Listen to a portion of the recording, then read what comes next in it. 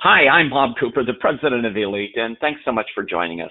I really do know that your time is valuable, so the good news is you're going to be really pleased that you joined us today. You are. You're going to hear from John Burkhauser, and for those of you that don't know John, what I can do is I can tell you this. He's actually the director of education for Bolt-On Technology, and he's an industry expert really in countless different ways. He really is. I've actually participated in a number of his webinars, and I can tell you from firsthand experience that content that he delivers is always spot on. It really is. He's an absolute pleasure to listen to. He has that natural talent, and he really does care about our industry. For John, I could tell you it's far more than just a career for him. It's a passion that he has for helping other people. So you have my promise. You're going to really love what you discover today. All that I ask that you do is please take a moment to sit back, relax a little bit, enjoy, and certainly take a lot of notes. With that said, thanks again for joining us today. And John, it's all yours. Well, thank you again, Bob. You always blow my balloon up really big. I'm afraid my head's going to burst sometime, but thanks. I really appreciate that. And all you fine folks out there, thanks for joining on board. And also, just to give you a heads up, we are recording this, so if you do miss some piece of information at this point, not to worry. You'll have another shot at it. We'll send it out to you via a link, and you can watch it over and over again.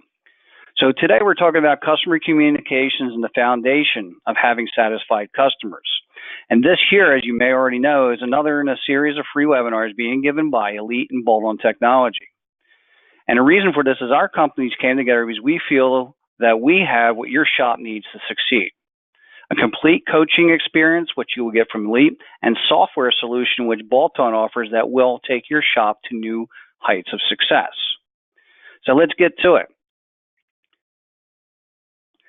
Communications is what it's all about, and I think George Bernard Shaw says it all. The biggest problem in communications is the illusion that it has taken place. And when I saw this, I really thought, wow, the illusion that it's actually taken place. And that really is kind of what started me on this whole topic that we're covering today. And I ask you, how true is it? Have you ever considered how much communication takes place with every customer during each service visit? How many forms of communication take place, and all the different people that are involved? And do you think about this and realize that you miss any one step and that your whole service process can break down because of communications? So the first thing we need to do is make ourselves aware of is when these communication points occur. And they start as early as when that customer is making an appointment. And after that appointment, when they drop off the vehicle, when you give the vehicle out to the technician, again, information is being transferred along every one of these steps. And that technician now transfers that information back to you. You build an estimate, and now you have to reach out to the customer and transfer the information yet again to your customer. They have to understand it, and sometimes before they call back with the authorization, they're translating that information or transferring it to somebody else to help them make that authorization, and then they call back to you. And again, if everything goes as planned, you as the advisor is going to grab this work, put it on a repair order, be it paperwork or be it in a tablet, and dispatch it back out to the technician, giving that technician the authorization to carry on with the work. When everything's said and done, that service advisor now has to take all the results of the communications, all the findings, all the approved work, and put it together on an invoice. And then when the whole thing is complete, that person has to reach out to the customer and let them know that the vehicle is done and answer any questions that they may have. And finally, if you're having exit interviews, when your customers come and pick up vehicles, that's the last piece of communication you're going to have there. And what that exit interview is going to do for you, and if you're doing it properly, it's going to set you up for that reminder, and it's going to start the whole process all over again. Okay. So someone just asked a question, I want to join on computer as well as listen. Yes, you can do that, and you should be hearing me, and everything should be good. So come on board. All right. So let's move on forward with this.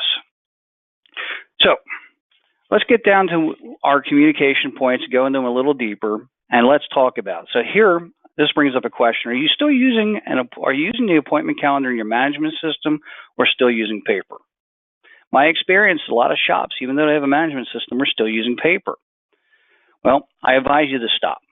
Making an appointment in the management system, you can actually start to build the estimate now and save time later. I mean, think about this. That most management systems support the fact that you can actually pretty much put everything in there so the day the customer shows up, all you have to do is go over that information with the customer and make sure it's exactly what they want. In addition to getting this information, I highly suggest that when you're using a management system, well, it comes automatically, not on paper though, is that you have all the customer's information so that you can reach out to that customer if they miss the appointment. I mean, think about that. Do we just let those customers go? No, they took the time to make an appointment. Something may have come up.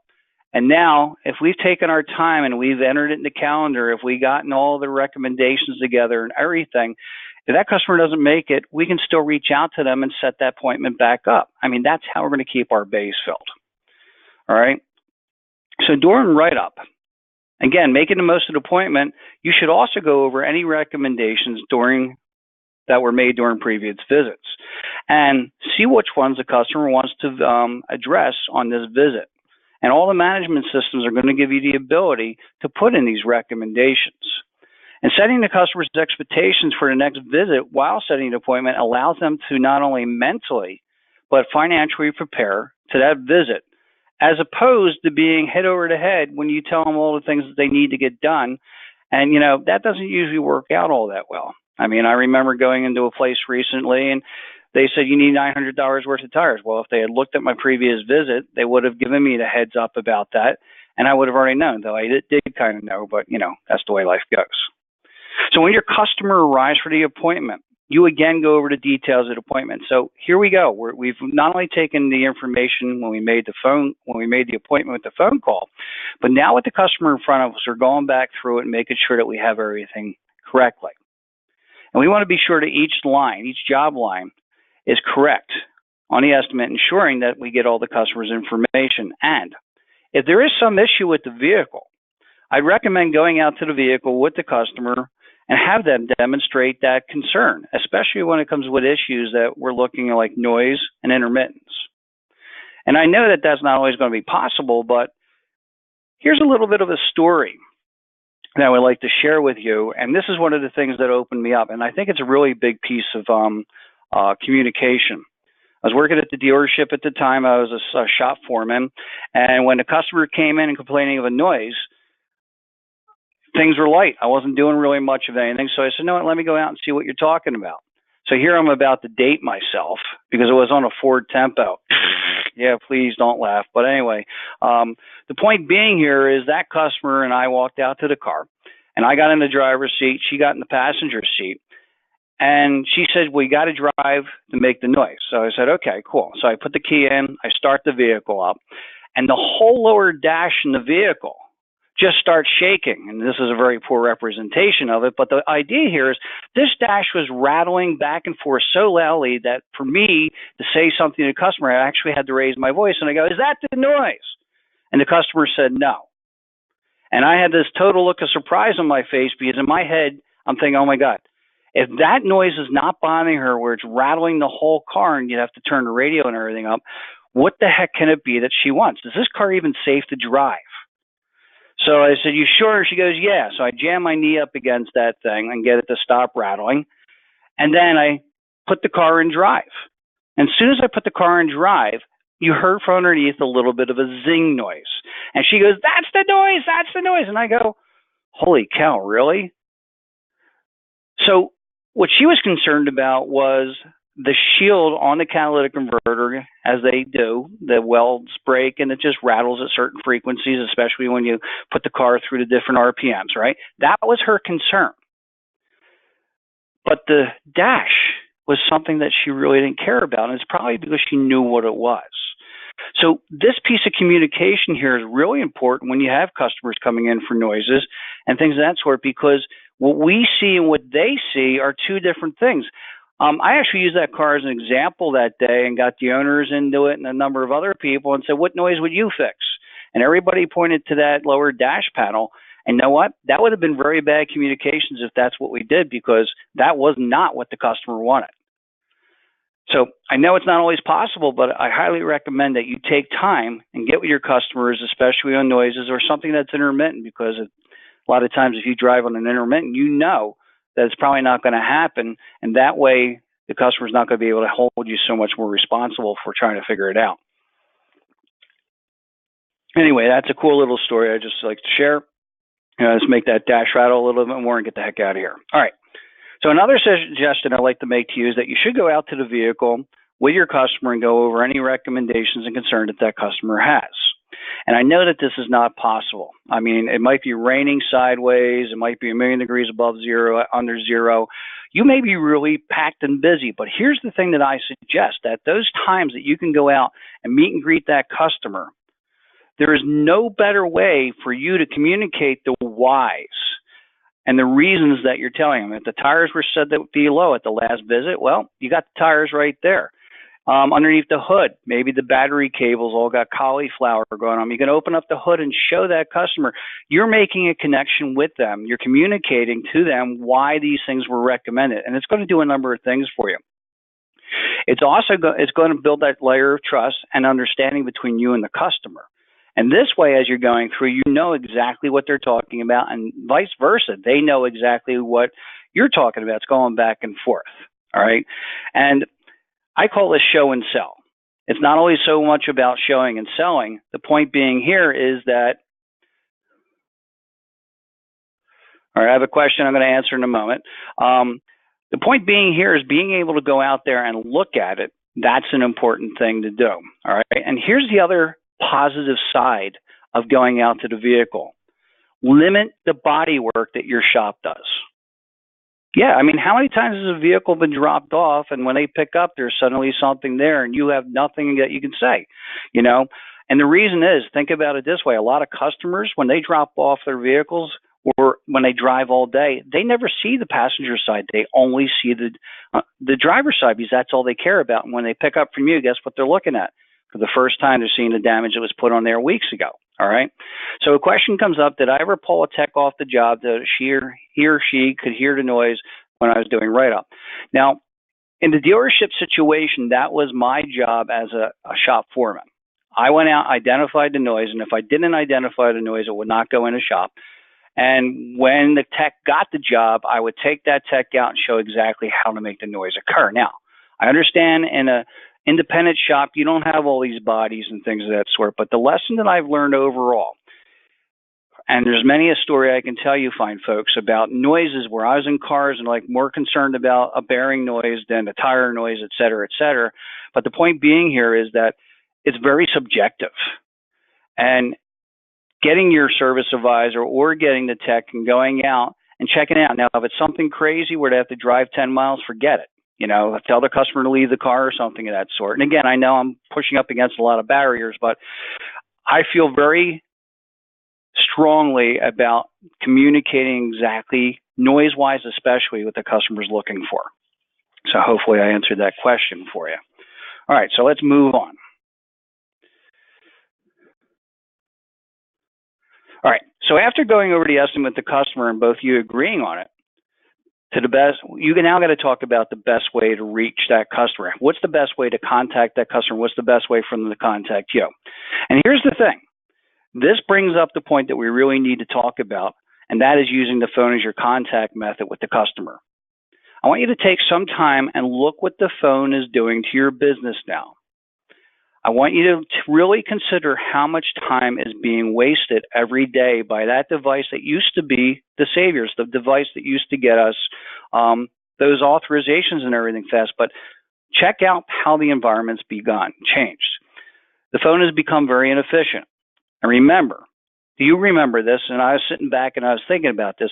Do you remember in the days where when a phone rang, you would run, or somebody in the house would run to the phone and grab it and pick it up? Now remember, phones back in those days were wired, right? And you had to go to wherever it was in the house, and people would just run. I'm the oldest of six. I can remember all my siblings and me all running to the phones. That's what we used to do, because if the phone stopped ringing, we had no idea who it was, okay? And then the answering machine came along. And at first, we were still running to try to pick up that phone before the answering machine picked up, right? But then suddenly we started to learn something. we would let that answering machine pick up, because if there was a phone call that was coming today or at this point that we expect and we maybe not want to talk to that person, what did we do? We listened. And if that was the person we didn't want to talk to, guess what? They got the message machine. If it's somebody else, I was just in the bathroom and I just got to the phone, thanks for calling. And you realize that answering machine became the beginning of people not answering phone calls and not returning calls. Well, now it's really a lot worse. Many times, did you know that when you call a customer, between dialing the number and the voicemail picking up, that's 30 seconds of your life lost. And 30 seconds doesn't seem like a lot unless you're standing still and just waiting for it, right?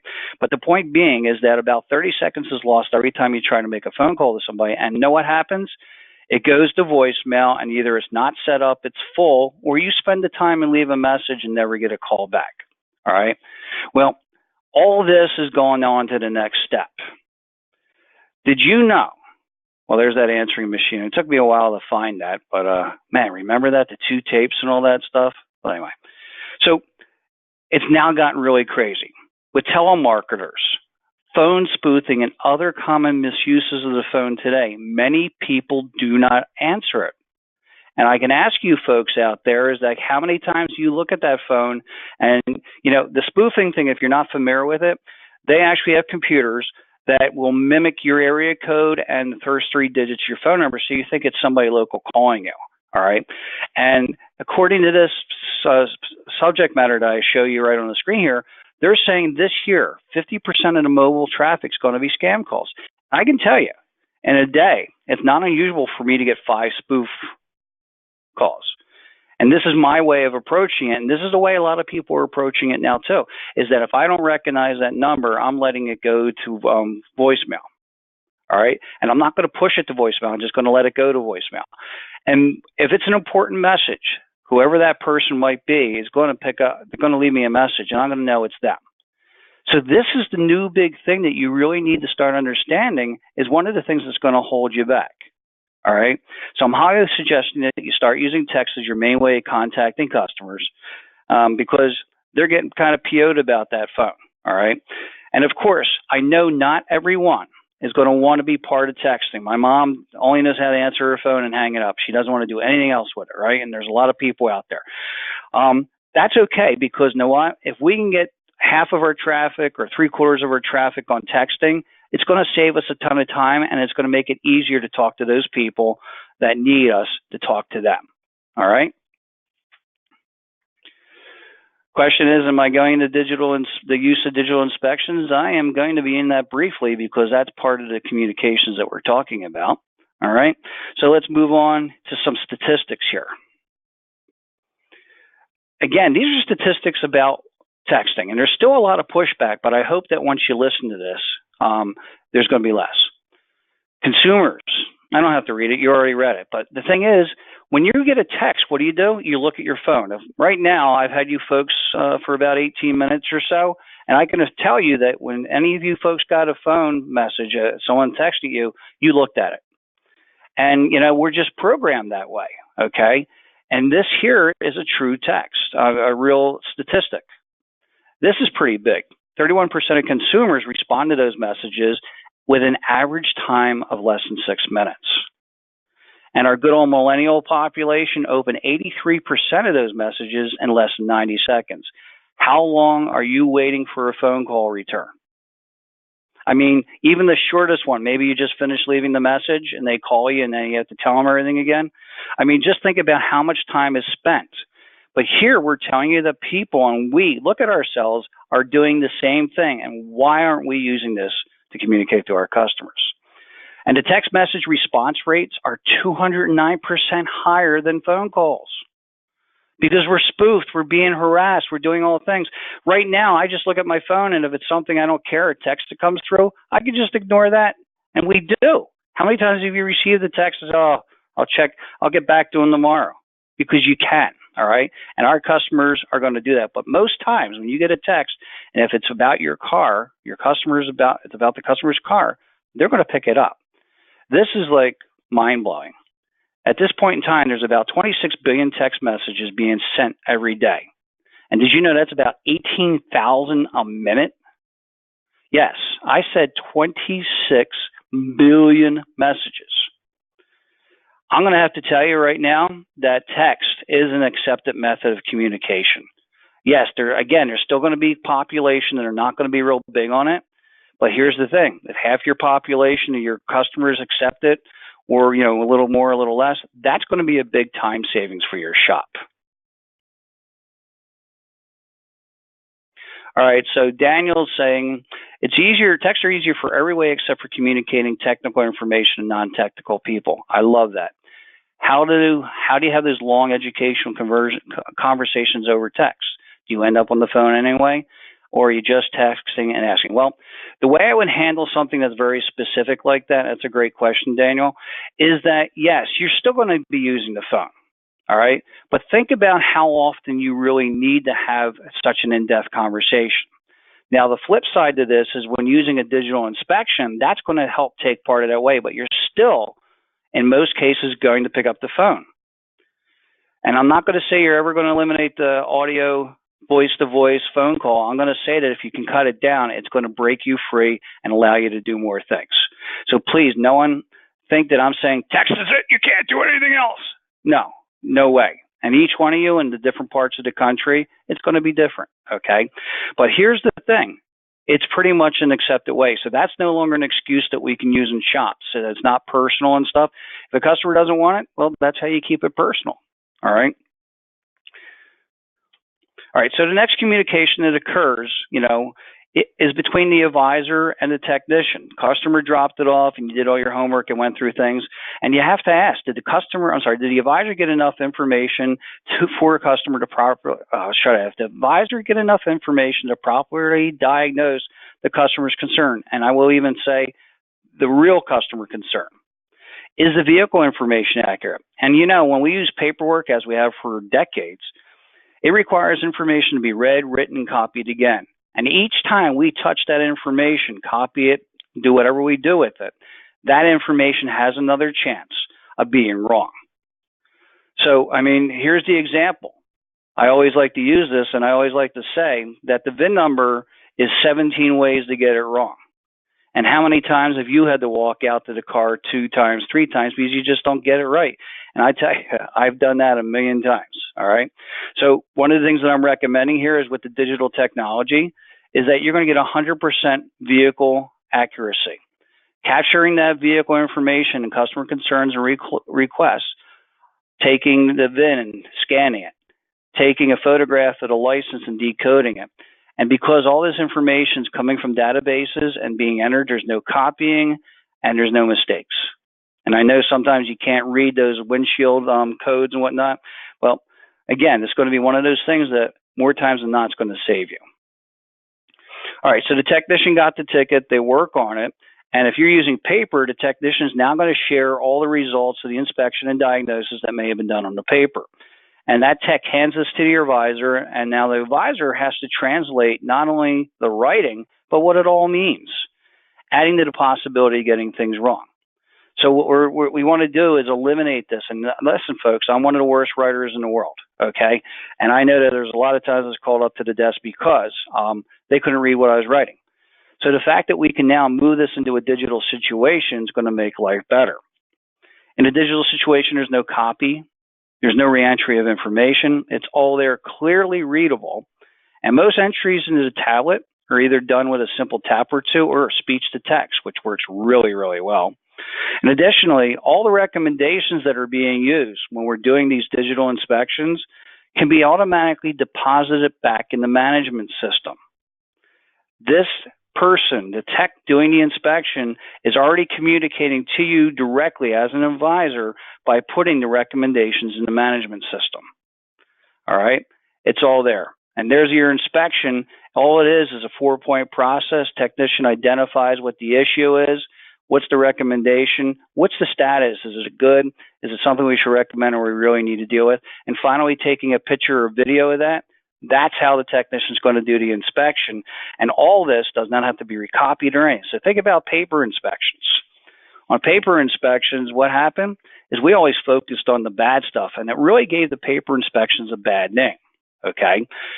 Because We didn't want to talk about the good stuff. We didn't want to talk about the so-so stuff. We just wanted to sell the bad stuff because we had to copy everything and put it all in the management system and do whatever we were doing. Well, that is gone with the digital inspection. So the advisor now takes this information and builds estimates from it. And generally, reaching out to the customer via phone, where we now have to go over all the details, and this is kind of related to the question that was from earlier, of what was found, what was wrong, and how to deal with each item. That is, if the customer actually answers the phone. And I think about how much time is wasted waiting on authorizations, and know that that is lost billable time. I mean, how many hours do you lose a day? How many times, I know I've had this happen to me, and I know I've had to happen to my techs. You wait with the car in the lift all apart, finally you give up, you put it together, and no sooner you're pulling that bugger out of the bay, the phone call comes in and they authorize it, right? And by the way, can that be done today, as they call you at 3 o'clock in the afternoon? You know, you've been there, right? So let's try to get the phone out of our hands. Going with a digital solution like Baldwin Technology in the shop using tablets instead of paper, time's going to be saved, especially due to the elimination of that copying and re-entering step that needs to be done with everything on the estimate and inspection. Being able to text these results to your customer, and these can include pictures and clear descriptions of what the technician found, along with estimates. Now, some shops like to put the estimates on the inspection. Some shops like to hold off and have that conversation. And when you send this text, this is what the customer sees on their phone. They get a general idea of the vehicle's health. They see the inspection. They tap here, and now they go into the inspection, and they can actually see it. And the technicians have the ability to make sure that the customer understands. Again, this communication link. Now, realize here, this communication is the advisor's taken out of the center of the equation. This is direct tech to customer. And I know sometimes we don't want that, but the advisor's job is to go through this and take a look and make sure what the tech is saying is going to be good.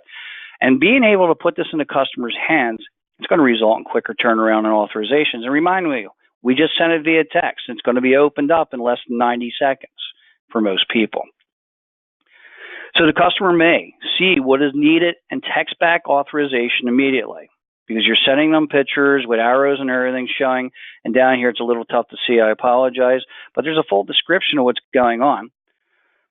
If the customer feels that they need to talk to you, they can reach out to you by shop via phone. Now realize, if you folks are making a connection, you send a text, you got the customer's attention, and now you're talking about picking up the phone, there's no missed phone calls.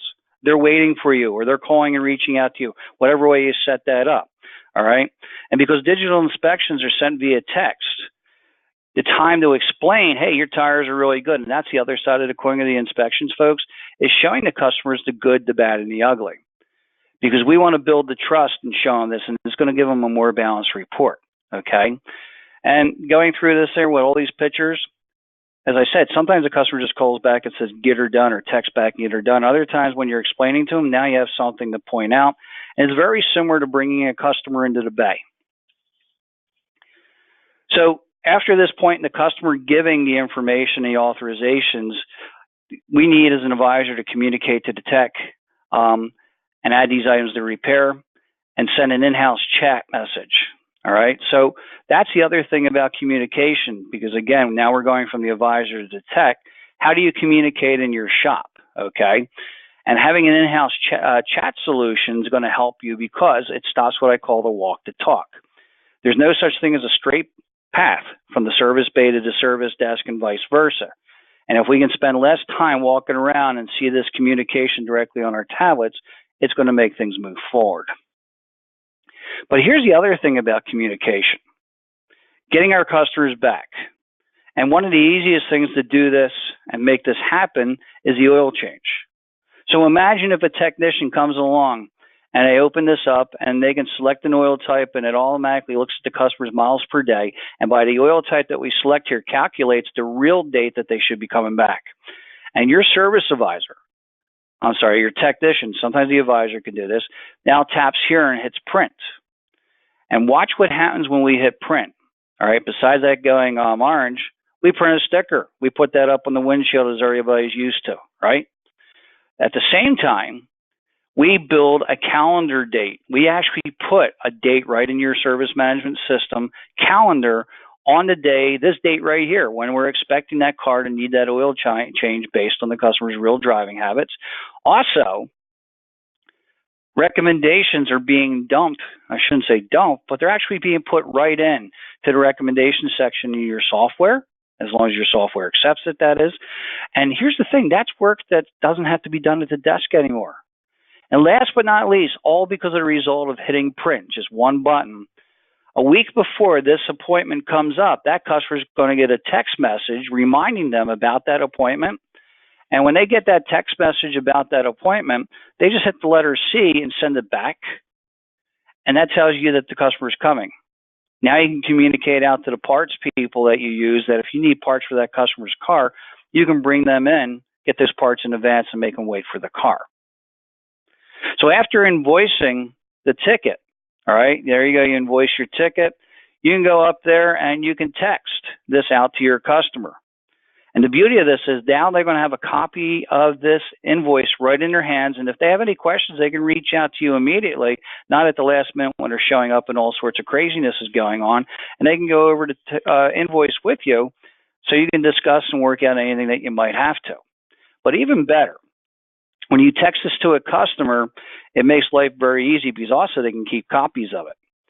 When you do build the invoice and you're using the technology that we provide, you can have all those recommendations that are automatically being put in the system listed here, and then have this code here where the customer scans it with their phone. And most phones today just turn on the camera, aim it right there, and it recognizes it as a QR code. Well, what this is going to do here, if that customer scans it with their phone, be it off the screen or the repair that's printed, it's going to say, hey, you want to enter this in your calendar. It's going to put all these dates that were automatically set by the software according to how you set it up, and it's going to put it right into their calendar just by scanning this. And what happens here? There it goes. It's putting it in the calendar. It's got all the information. And think about this. This is in the calendar on the customer's phone. And if they're like a lot of people, they live by that calendar. So seeing these dates come up, they're mentally prepared. And when that reminder message comes a week for advance, guess what? Yet another point that's going to bring them back. It's all about communications. There it is. It's all set up just with the customer scanning that. And when that text message goes out, as I said, all your customer needs to do is reply to letter C to confirm that appointment. Now, here's the thing. You got to be sure that you communicate that you are using this technology to your customers, and the advisor needs to let that customer know before they leave that, one, we are setting that next appointment because it's unheard of in our business for most people. I go to the dentist, they torture me for a half hour, 45 minutes, blood coming out of my mouth and all that stuff. And, I really just want to run out the door. But, obediently, I stop at the desk on the way out. Why? Because they're going to tell me the recommendations for my next visit, and they're going to set up my next visit today. I'm trained to do that at the dentist. My wife is trained to bring home a card from the hairdresser. We are going to use this and have this conversation and train our customers to come on back and remind them and let them know. Because if we do that, it's going to make life so much easier for them and for us at the same time. So, communications.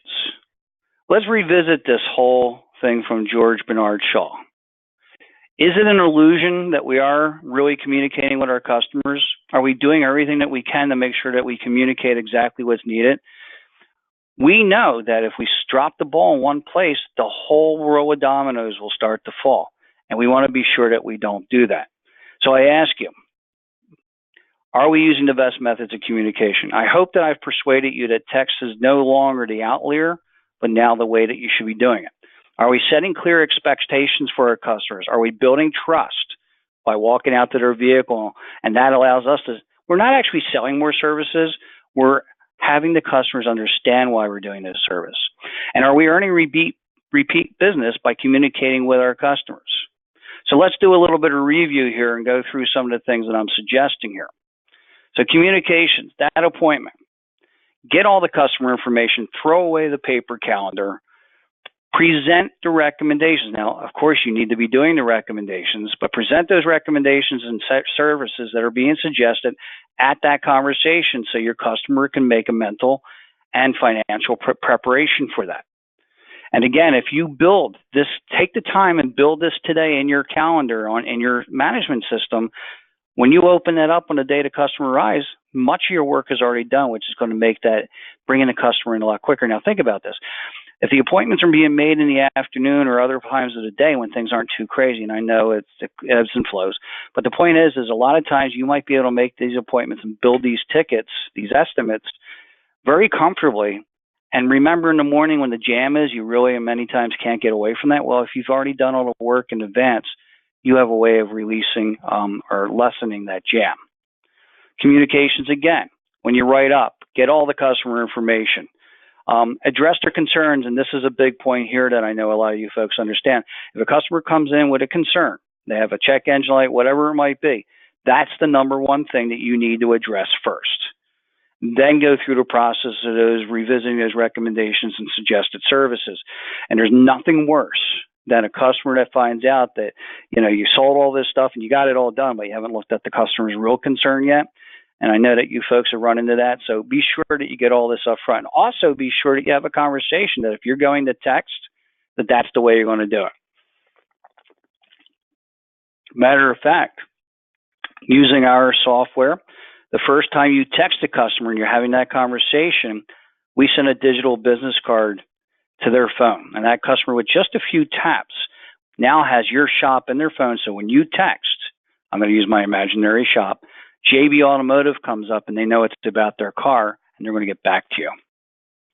More communications, making sure that we dispatch this information to the technician and that the technician has everything they need. I mean, with the tablet technology, folks, you now have the ability to look up all that repair information right in the bay. No more going to the PC and kicking somebody off, having to get paper, all that stuff. It's all right there. And because we're using a digital format where the technician can either speak or tap and put results in, it's very easy. As a matter of fact, the inspections can be used for diagnostic routines. You can take pictures of this, your scan tool, pictures of the spark lines or the fuel trims, whatever it is. And yeah, the customer has no idea what some of this stuff is, but guess what? You just built value in the actual diagnostic routine. They see something for their diagnosis, not a bigger bill with parts at it, okay? And here's the other thing. Using this chat message, you're keeping not only the tech in the bay, I should pick on the advisors, you're keeping the advisors at the front desk, where everybody's where they need to be to make the money. All right, texting and inspection. Again, sending and inspecting that's got pictures, possibly video, and clear descriptions goes to your customer. They can look at it. Sometimes they see it and they just say, go ahead and get her done. And many times if you need to explain them, now they have something in front of them. You can direct their attention to the pictures, direct their attention to whatever you need to communicate with that customer. And that's better. It's just very similar to bringing them underneath the car. And I know in my experiences, whenever I brought a customer underneath the car and showed them what was going on, more times than not, they went and did it because I educated them. Invoice with future recommendations. Build that relationship. Build that connection to bring your customer back. And remember, you're the one that's doing the inspections and you have them in hand. And if that customer wants to watch the wear and tear of their tires and brakes and stuff like that, they have to come back to you. Build that. Have that exit interview. Go over what's probably going to be needed in the future. Recap what was done today and talk about that next appointment that you're automatically setting. Now, if you don't have the digital technology, I would recommend do just like the dentist does, and they still do it this way. They write in a book. They open up 6 months out, and they just write in a book. Set that appointment up and make sure the customer knows about it. And make sure you get their phone number if you're writing in the book, so that way you can maybe call them and remind them a week in advance.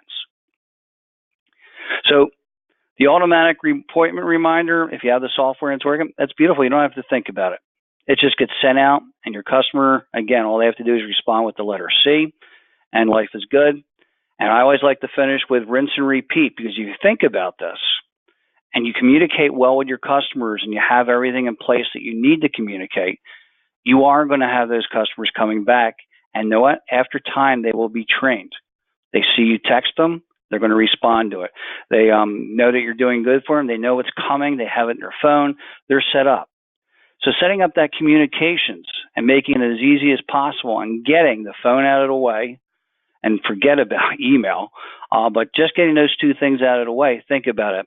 Your communications are going to result in having a much more satisfied customer.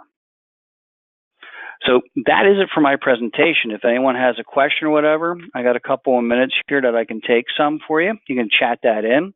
I thank you for your time, and we will be having another one of these where Elite will be the headliner in it in June.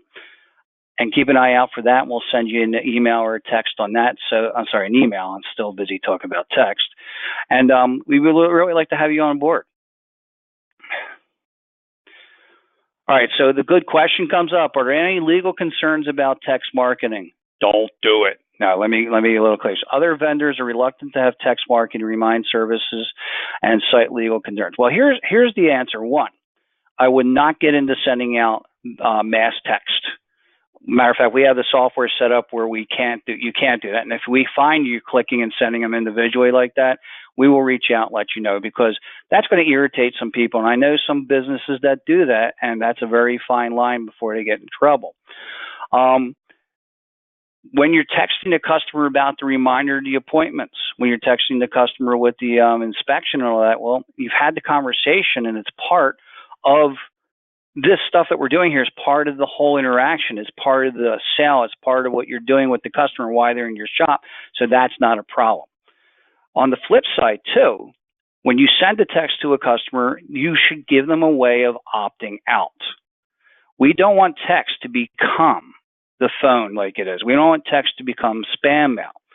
So whenever you send out something, you put the word stop. That's generally the accepted term, that if a customer does not want to receive their text anymore, they can just opt out by sending the word stop back to you, the texter, and that should shut off the texting. Okay? Giving your customers options is the way to do it. Okay, so hopefully I answered your question right there. Marketing is not a good thing. There are some companies, but remember, I opted into a company that sends me a text once in a blue moon, but I had to opt in to do it.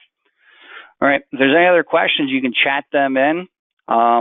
Raising your hand, unfortunately, will not give me anything, so chatting, you're very, very welcome.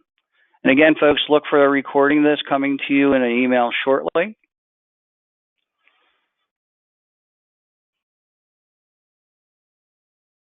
I'll just give you a few more moments, and then I'm going to say so long, and please look out for the next webinar. And if you do have any questions, feel free to give Bolt-On or Elite a call, and we'd be more than happy to answer them for you. All right, folks, John Burkhauser from Bolt-On Technology saying thank you very much for being on board. Please, oops.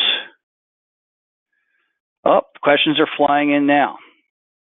Can you add Bolt-On to a cell phone? Some people are using, we are Android only.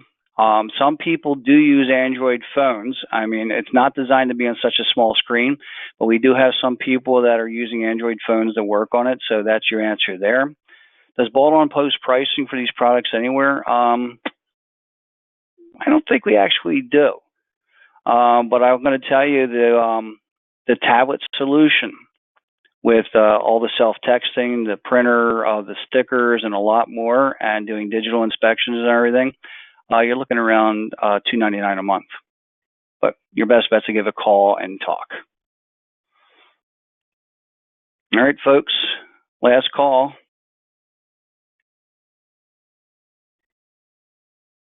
All right, everybody, have a great day. Thank you very much, and hope to see you again in June. John Burkhauser from Bolt-On saying goodbye from Elite and Bolt-On Technology.